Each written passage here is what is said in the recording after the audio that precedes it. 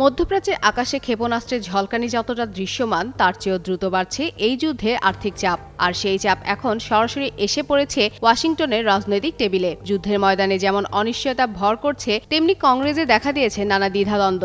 এই পরিস্থিতিতে যুক্তরাষ্ট্রের প্রতিরক্ষা দপ্তর পেন্টাগন ইরানকে কেন্দ্র করে চলমান সাময়িক অভিযান চালিয়ে যেতে প্রায় $200 বিলিয়ন অতিরিক্ত তহবিল চেয়েছে। যদিও মার্কিন প্রেসিডেন্ট ডোনাল্ড ট্রাম্প বিপুল পরিমাণের এই অর্থের প্রয়োজনীয়তা বিভিন্ন কারণ উল্লেখ করলেও বিস্তারিত ব্যাখ্যা দেননি। জানা গেছে ইতিমধ্যে যুদ্ধের প্রথম সপ্তাহেই প্রায় $11 বিলিয়ন ব্যয় হয়েছে। প্রতিরক্ষা মন্ত্রী পিট হেগসেথ সতর্ক করে বলেছেন, পরিস্থিতি অনুযায়ী এই ব্যয় আরও বাড়তে পারে।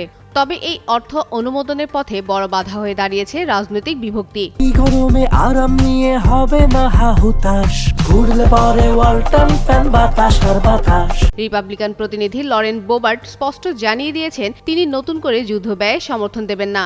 একই সুরে চিপরয় প্রশ্ন তুলেছেন মিশনের উদ্দেশ্য ও দীর্ঘমেয়াদী পরিকল্পনা নিয়ে। পাশাপাশি থমাস মাসি আশঙ্কা করেছেন, এই ব্যয় কয়েকশো বিলিয়ন ছাড়িয়ে ট্রিলিয়নে পৌঁছাতে পারে। অন্যদিকে সিনেটর লিসা মুরকাউস্কি স্বীকার করেছেন যে যুদ্ধ কতদিন চলবে বা স্থলসেনা পাঠানো হবে কিনা এ বিষয়ে এখনো পরিষ্কার ধারণা পাওয়া যায়নি। হাউস স্পিকার মাইক জনসন যদিও দ্রুত মিশন শেষ হওয়ার আশা দেখিয়েছেন, তারপরও হরমুজ প্রণালী পরিস্থিতিকে জটিল করে তুলছে। সব মিলিয়ে যুদ্ধের ময়দানের লড়াইয়ের পাশাপাশি এখন যুক্তরাষ্ট্রে শুরু হয়েছে অর্থ ও নীতির আরেক লড়াই।